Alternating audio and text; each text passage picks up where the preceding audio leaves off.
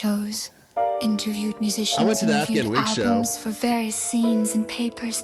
They worked security at concerts, and once even did load-in for Fish. Now they're dads. Whether you want to explore lesson or music or take a trip down memory lane, tune into the new Dad Rock. I bought a couple concert tickets, a T-shirt. I got a poster. Had a, 2, 3, 4 beers, and a pretzel, and I got an Uber. And I bet the artist got 6 cents from streaming that day. The pretzel guy probably made more money than the drummer, like the guy you bought your pretzel from. How'd you know I got a pretzel? Two college radio DJs. You said you got a pretzel. Oh, I did. They really did. It was, the venue was really cool. Okay. So last episode, your very intelligent, trendy, tasteful, music-loving daughter said that my AI song sounded like Ed Sheeran? Ed Sheeran? Yeah, I don't know that was a compliment. I don't think she meant it as a compliment. Like, maybe you took it as a compliment, but I don't think she meant it. Well, okay. That's fine. But I just want to say, apparently that gentleman's worth, I don't know, $350, $400 million. I mean, he's a British songwriter who's built this massive fortune through, like, I don't know, just like historic global tours, record-breaking album sales, and, songwriting credits. Like, I mean, that's amazing. Wait, go back. At record-breaking album sales, like, how much do you actually make from albums these days? Like, well, okay. Like, you keep hearing everything has gone to streaming and people make 6 cents from streaming. Like, I get that Ed Sheeran gets a lot of streams, so maybe his 6 cents is $60.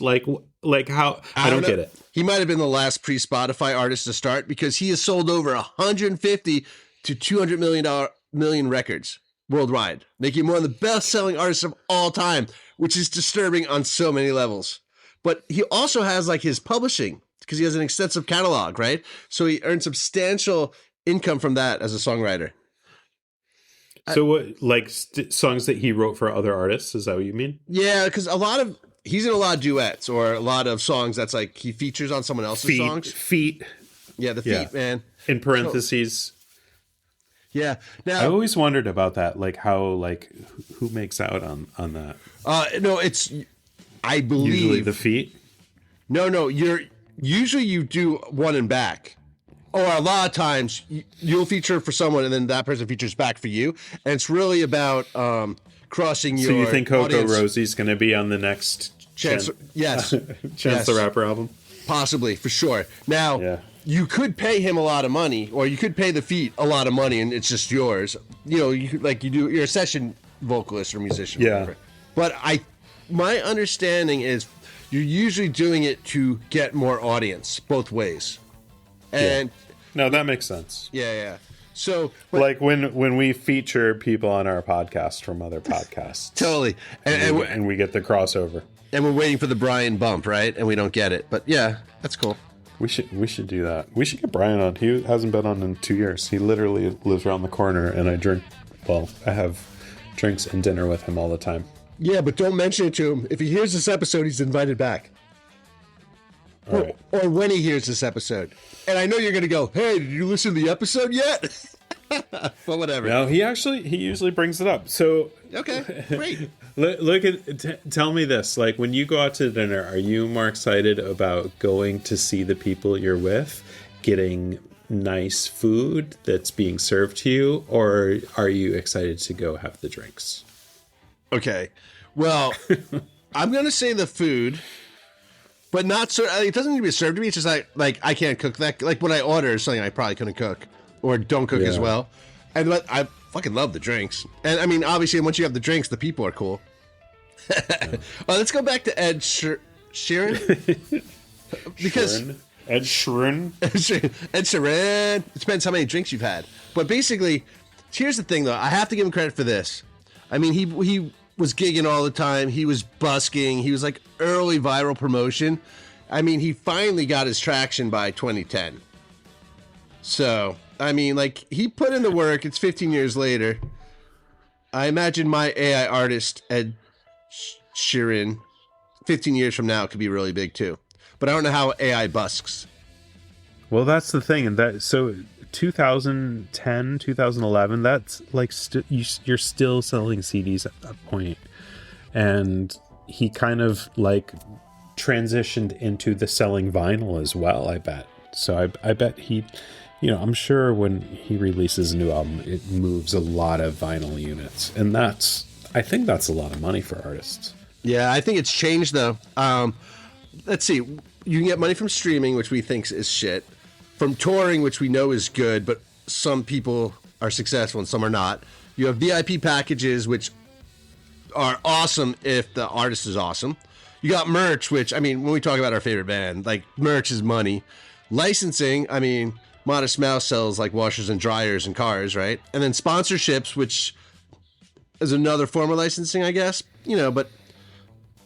And that's the other thing. A lot of private equity firms are getting into music licensing now. So you're going to keep hearing the same artists get pushed by those groups. So that sponsorship part and that licensing part are going to be focused on a few distinct artists based on, you know, the licensing rights, because selling their rights to a private equity firm or a royalty publishing business guarantees you money now, and then it's in their imperative to make you as popular as possible, because they are then getting the alpha on that investment. Yeah, here's what I'm wondering is, if I buy the songwriting credits to a band, do I get to make their next AI album? Because if you do, then it's worth a shit ton of money. Like, can I put out a new Beatles album if I own their rights? Because that's probably the super upside that no one's talked about that they might be thinking about. Imagine another Led Zeppelin album. I hadn't even thought of that, but that's incredible to think about. And, you know, Whitney Houston is a perfect example. Another Christmas song. Yeah. So one thing we didn't talk about last episode about Suno is I could actually go into my AI song and start editing it. I have not done that yet because it's already stupid in my mind. I already think it's kind of silly what I'm doing. But like, I could go in and start actually editing the pieces of it, the song structure. I have to pay more money for that access. It's called Studio or whatever. But like, I could work way harder on it. And then if I work that much on it, I actually consider myself an AI producer, music producer, because I'm producing the music. I'm not making it. I'm producing it. Yeah. Yeah. I mean, it's not really all that different than getting the tape from the studio engineer or the files from the band, right, from the mixing board. And then what you're doing is the production part of it. So I just wonder, you know, how much money you can make without those live performances. Like, let's use Radiohead as an example. So their last album was 2016.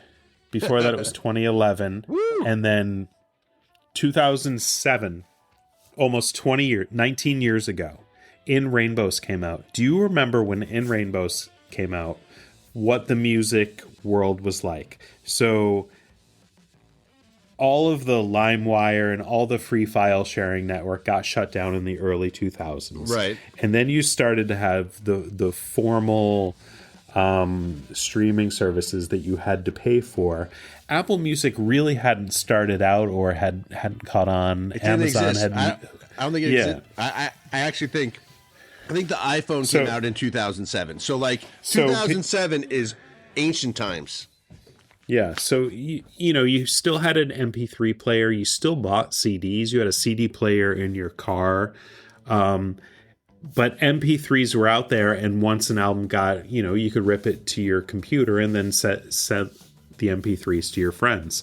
So in 2007, Radiohead came out with In Rainbows. And back in this era, you may recall albums, you know, would come out on a Tuesday in February. Yeah. But in December, somebody would leak the early version, the MP3 version would be out there because somebody was able to transfer the files.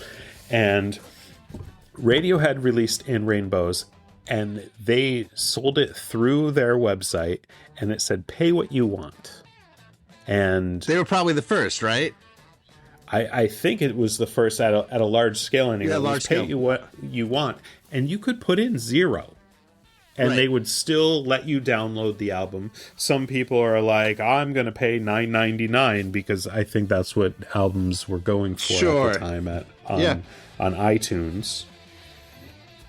But you can also have some benefactors who are super rich and be like, here's $1,000 because I don't care. Because that actually happens for like musicians on Patreon. So Patreon is a website now where, as an artist, it's like for fans, not only fans, but like but Patreon's for like artists. And like I have a friend on it who has, I don't know, maybe a couple hundred subscribers, and there's different tiers of what you get. But he's mentioned in the past that like he's had a patron, I guess, actually like buy this ginormous speaker for him or this guitar for him. So like.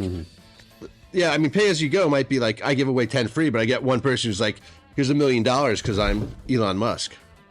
And then there's all the other model, Bandcamp, King Gizzard and the Lizard Wizard. You know, we don't talk about them much, but they're kind of a pretty interesting thing, being that they're kind of against capitalism and think their music should be free. But they took their money off of they took their music off of Spotify. Mm-hmm. So those 6 cents per song that they were probably earning. It's not 6 cents per song. It's 0.00001 cents per song on Spotify. The worst paying of all the systems. It's really low. Yeah. 6 cents would actually be like, I don't know, 600,000 streams or something. It's crazy. Yeah. So the thing is, they took their music off Spotify because of war, etc. War funding. And what they did is they have it on Bandcamp, and everything that they have on Bandcamp, they release almost all of their live shows on Bandcamp, and it's pay what you want. So I usually do $6.66 euros or Australian dollars, which really doesn't work out to be a lot of money, but I feel like that's a good amount to send them. Hey, just for the record, I also use 666 now, but I use US dollars because it's more. Aren't you fancy, Mr. Keith? Hey, I just want to say one thing. When you mentioned Spotify and spending money on the war, one of my first AI songs was called "Cause Daniel Went Drone Mode," which is about their CEO putting $600 million into drones. So, like, imagine the $600 million this guy had, the founder of Spotify, who was able to... He got $600 million. He was able to put it into military drones. I guess he would probably defensive drones. You're a real Woody Guthrie with these protest songs, Keith. AI protest songs. But, okay, as the matter were, you're talking about pay what you want, which is amazing. And it's a model that's taken over for lots of other artists. And I think it makes sense because it creates a real affinity between the musician and all their fans. And I think people want more super fans than they just want total fans. So and at the end of the day, you just want people to hear your music. So if you're like, look, I'll give it to you for free. Just take it. Just listen. Dude, I would do that. I am doing that. And no one's listening. Not even my friend. You admitted last episode, you're like, I listened to a quarter of your songs. Radio had discovered passive income before Silicon Valley. I mean, their greatest artistic achievement may have been not having to make another album, which is freedom, right? Like they have freedom now, which is really cool because they've gone on to do film scores, side projects everywhere, solo albums, reissues, anniversary editions. But the coolest thing, I think, is, and I haven't done this, I don't know if you have, but don't they have these two albums where if you play track one, then the other track one, then track two, then the other track two, and then track three, and then the other track three? It's like, I don't know, Pink Floyd, Dark Side of the Moon, and Wizard of Oz. Do you know what I'm talking about at all? Yeah, I do know what you're talking about, but it's like, okay, they played two... You shuffle up two albums together. It's like making a cool playlist. It's OK Computer and In Rainbows. It's called. Is that what it is? Yeah, it's the alternative secret double album. Apparently, you play like Airbag from OK Computer, then 15 Steps in Rainbows, and apparently they're like there's like a binary code theory. So it's a bunch of Like Easter eggs. The beats go. Yeah, exactly. Yeah, that's cool. I'm into Easter eggs. So one Easter egg that I've been seeing floating around on the Instagram lately is the movie Seven. So the Kevin Spacey character is. I know exactly what you're about to say. I know. He's reading. He's reading from his journal, and he was talking about how he ran into some guy who. I know exactly what you're talking about. So banal, and just made him throw up. And then in the TV show What We Do in the Shadows, from 2 decades later, Colin Robinson, an energy vampire, is reading his journal, and he's talking about how he ran into somebody on the bus today, and he basically made him throw up. So it's basically he was the guy that Kevin Spacey ran into in Seven. So that's not what I thought you were gonna say. What did you think I was gonna say, dude? So. Well, it's the whole. I only said that because I know you're a big What We Do in the Shadows fan, and I wanted to make that reference for you, dude. So the theory I saw, and again, it's Instagram, which is where I get all my political decisions from. But they talked about how William Somerset's character, which was played by Morgan Freeman, is basically the true architect behind the crimes.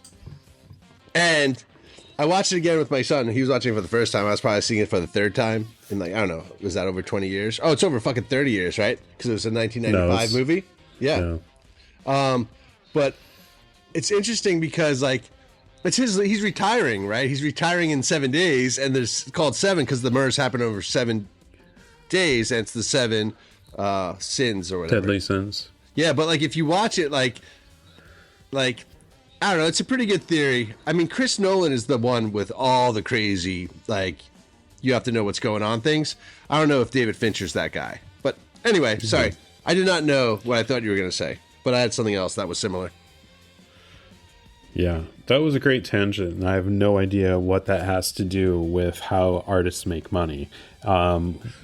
Before we went on that little tirade. Okay, so a band gets successful enough, they don't need the money, which is terrific, so they can do whatever they want, which makes it fucking better. I agree with that. But then you have bands that produce such good art, they can't go further. I was thinking about Neutral Milk Hotel, Jeff Magnum's second album. He just could not go further. He didn't want to disrespect the back catalog, right? We have some bands, Modest Mouse, that there's a couple of last albums were just so bad. You're eh. And it's my wife's favorite band or whatever. And you're just it was just so bad. I wish they didn't do it. So it's very there's a risk as an artist to put out another album and tarnish your career. And I think the perfect example of that is Pavement. Oh, yeah, so that's a good example. They a lot. If you look back, a lot of famous bands only had 5 albums, and Pavement was smart to have the 5 albums, and they broke up famously in 1999, so they were clearly a 90s band. In 2010, they got back together. I saw that show live. Yeah, so they got back together for a reunion tour, and along the way they started releasing a lot of B-sides and demos and expanded editions of all of their albums. They had The Secret History, which came out on vinyl, and it was a bunch of B-sides that most of them were on Musking by West. What is it? Westing by Musket and yeah. Westing by Musket and Sextant. Yeah. And also, some of the B-sides of Trigger Cut or something. So that was a secret, that was on vinyl. I'm oh, let me buy that. Their greatest hits album. They, what was that called? I mean, they've had so many, dude. They've had so many. They put shit out all the time, but it's not them, right? It's their record label. I mean, they get paid. Cautionary Tales, Heckler's Choice, the deluxe, all the deluxe every album's had a deluxe reissue. Oh, everyone. In fact, the one that I think we put out into the universe, the Farewell Horizontal version of Terror Twilight, which was in the Nigel Godrich order, which we made a case for in our our first episode? No, second, third episode. It might have been episode 1, but our second episode. Yeah, it was. I mean, that's why we started this. Like, our third one, I think, was about Mouse, and the tape you sent me in a reordered version. We were talking about reordered versions of albums. Yeah. But, Pavement has released more Pavement since Pavement stopped being Pavement than while Pavement was Pavement. It's totally true. I mean, it's like they've taken every garage demo they've ever had and made it a catalog asset, which goes back to this private equity thing, which I'm not saying that they're working with private equity. They probably are. But, like, it's kind of cool that they can do that. I mean, wasn't that our favorite thing? Like, was finding the B-side, the studio version. I remember when all those Beatles things came out, like, when we were in college. I remember buying Pavement, and Smashing Pumpkins was actually good. They had a lot of good B-sides. Morphine had B-sides with, 2 or 3 other songs, and it would be like the import single CD version, Japanese version, $17. We're like, I'll buy it for the one song. Hold on. When you went to your attic and you put all your CDs and you stacked them all per group, what were your top 3 tallest towers of CDs? I think it was Iron Maiden. Obviously. Pavement. Yeah, that's all I wanted. Yeah, that's all that matters. The fact that Pavement, who had 5 albums, was as tall as Iron Maiden, who had, 2,000 albums, a lot of them live. But, like, that's crazy, dude. That's crazy. Well, it's because every CD that they had at least 2 import singles. Oh, at least. Plus the other singles with B-sides. Yeah.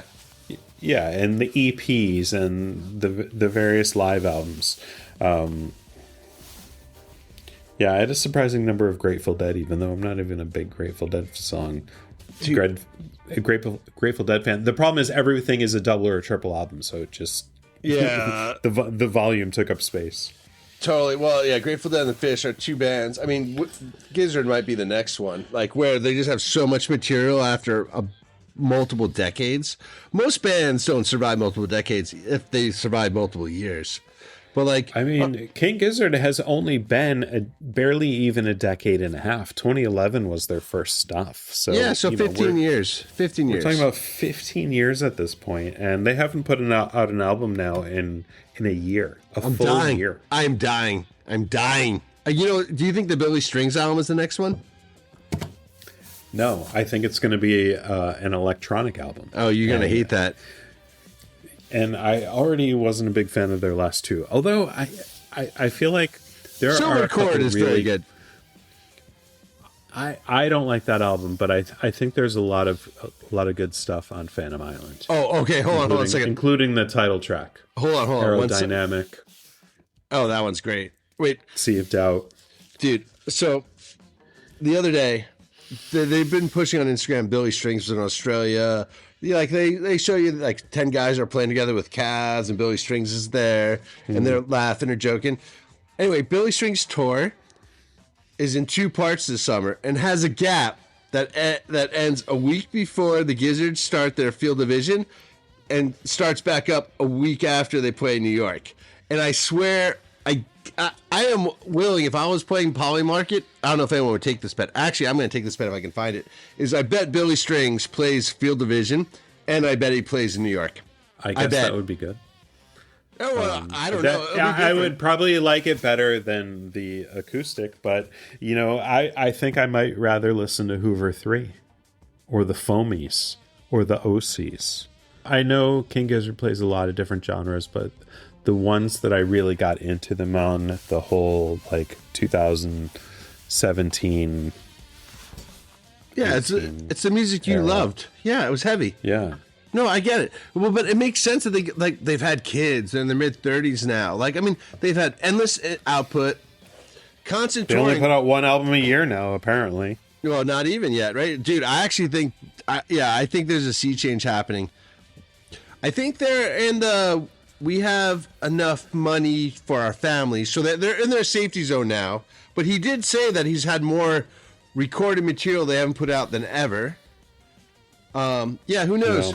I guess unless they get on the road, they're not going to make a lot of money, because I think the biggest way that bands make money is, one, by touring and selling tickets, but it's really the merch. So the premium merch of T-shirts, Iron Maiden sells so many freaking t-shirts. I went to an Afghan Wigs show, and Mercury Rev and Afghan Wigs. I would have bought a shirt for either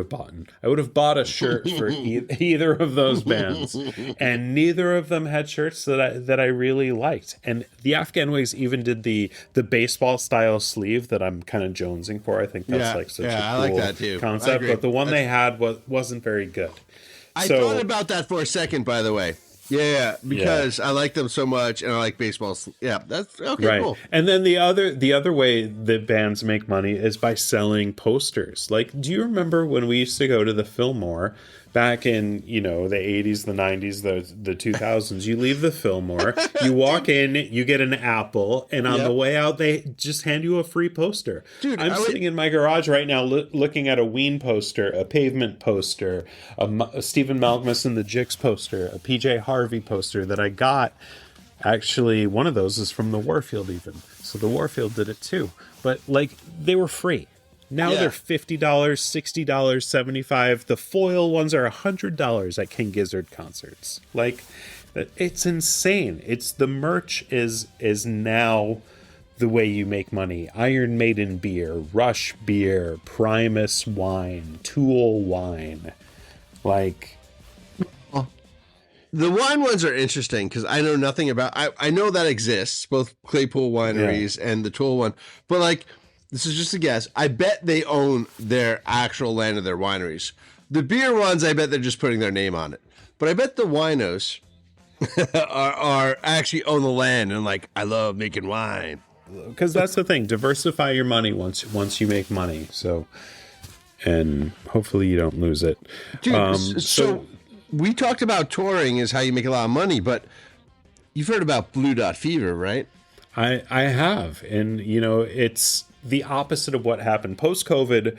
22, 23, 24, everybody wanted to go to concerts. Everybody wanted that live experience. Everybody wanted to be together.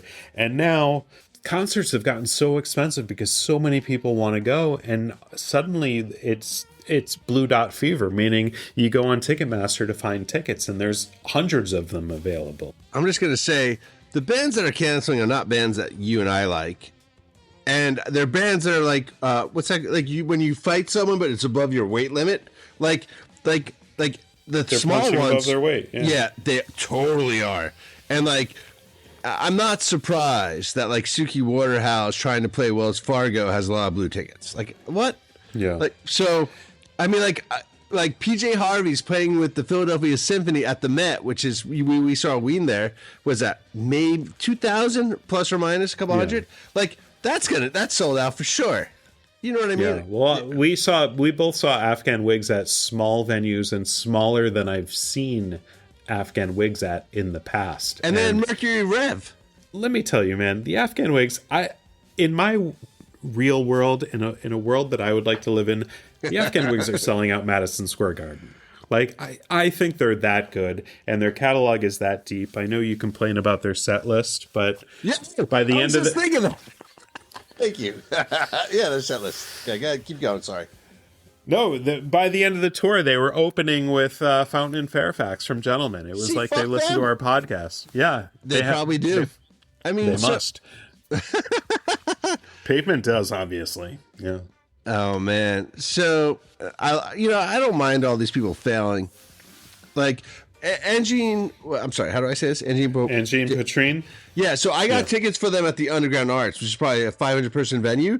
They're coming back to Philadelphia 6 to 8 weeks later and playing a 2,000-person venue. I'm not going to go twice because I don't think they're that different or that good. But I mean, Moss Mouse, I got tickets for them at the Fillmore here. I think that's 2,000. See, Moss Mouse knows their price point. And they charge tickets to the right amount because they know that my wife is going to buy 2 or 3 things. I mean, I bought an $80 guitar strap that I love. It's on my bass. But I think the super fan is the most important thing. And which is what Patreon was trying to do is you get King Gizzard is the best at this. Oh, I mean, sorry, Fish is the best at this now. But King Gizzard is really good too. You get 10, 20, 30,000 people who love your shit. They're going to pay for you to live. And then once you do that, it's why make any more music at all? King Gizzard, what do they have? 27, 28 albums? Like, they don't need to make another album. Like, No, it will take. They don't, but this is where you're probably your electronic music. You don't like theirs, or Billy Strings doing. Like our prediction is they're doing a bluegrass album, whatever. Like, you don't like that music, but like that's what they like. So now they can do whatever they want, and if they make money, that's cool, and they're gonna.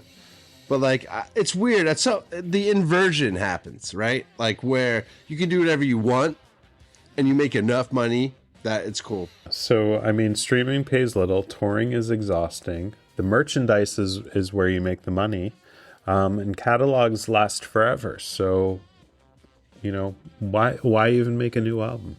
Well, because you can't help it. The artistic necessity. Well, the reason, legacy. Yeah, the the reason ego. we love them. Yeah, dude, sure. But the reason we love them in the fucking first place. And like, you're right. Some bands you lose, right? Like Modest Mouse, the last couple albums are bad. By the way, by the time this episode comes out, they'll have a new album out. So will Death Cab for Cutie, who hasn't put out a good album since, I don't know, 20 years. But I fucking love them. My wedding song was a Death Cab song. I'll follow you into the dark. Thank you. But like I was there. And you were there. And I'm gonna go see them. I'm gonna buy lawn tickets. I'm not spending that much money at the Man, which you were at the Man. You know what I mean? And I'm happy to drive in late, leave early, and see their set. It's gonna be fucking awesome. But like, what's the last album that you fucking loved? Listen to our year-end playlist. I loved last year the Tropical Fuckstorm album, the Viagra Boys album. They're fucking great. Like Hoover 3, Hoover 3, the Foamies, like those albums I freaking love. I still listen to them, and I'm been drifting into the back catalogs on those guys.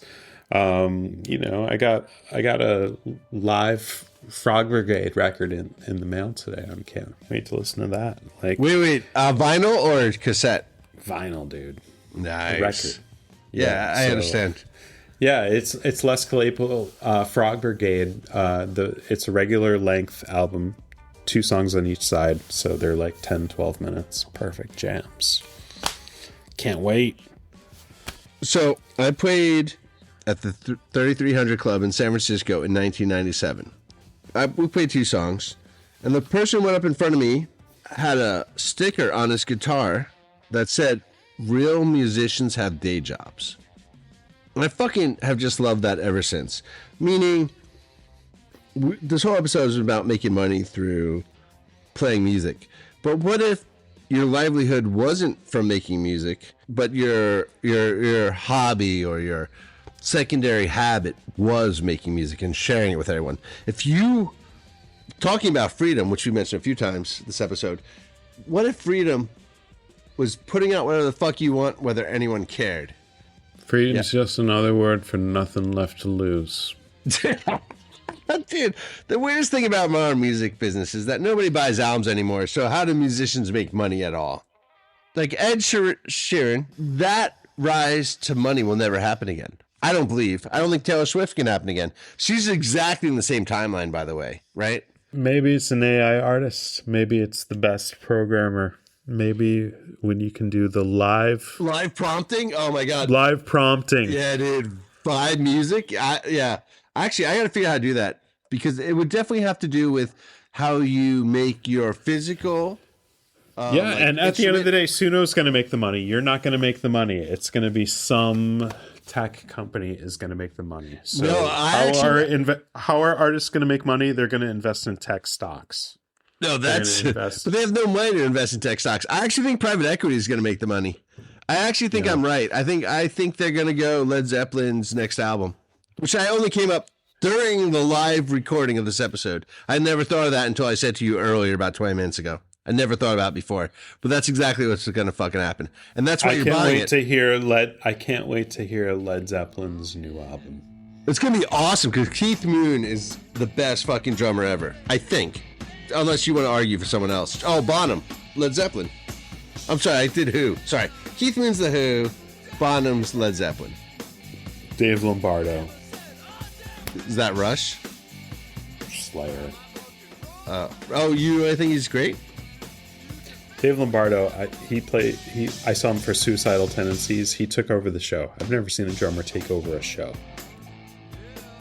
Phil Collins? Unless you're talking about Tommy Lee going upside down on his roller coaster. Oh, yeah, whatever. That's a gimmick. That's like Pink bungee jumping during her set. I bet they didn't make any money on that tour because that had to cost a lot of money. Yeah. So how do artists make money? Well, it changes all the time. Every year, there's different ways to do it. Each artist has their own fandom.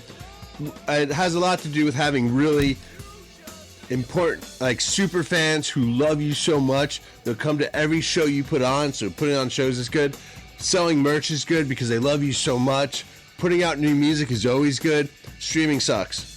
It's funny that selling the music itself is the least profitable. We're the New Dad Rock. Thank you for embellishing your life with us. I was thinking of indulging, but okay. Yeah, that's probably better. Good night. The New Dad Rock. We love you.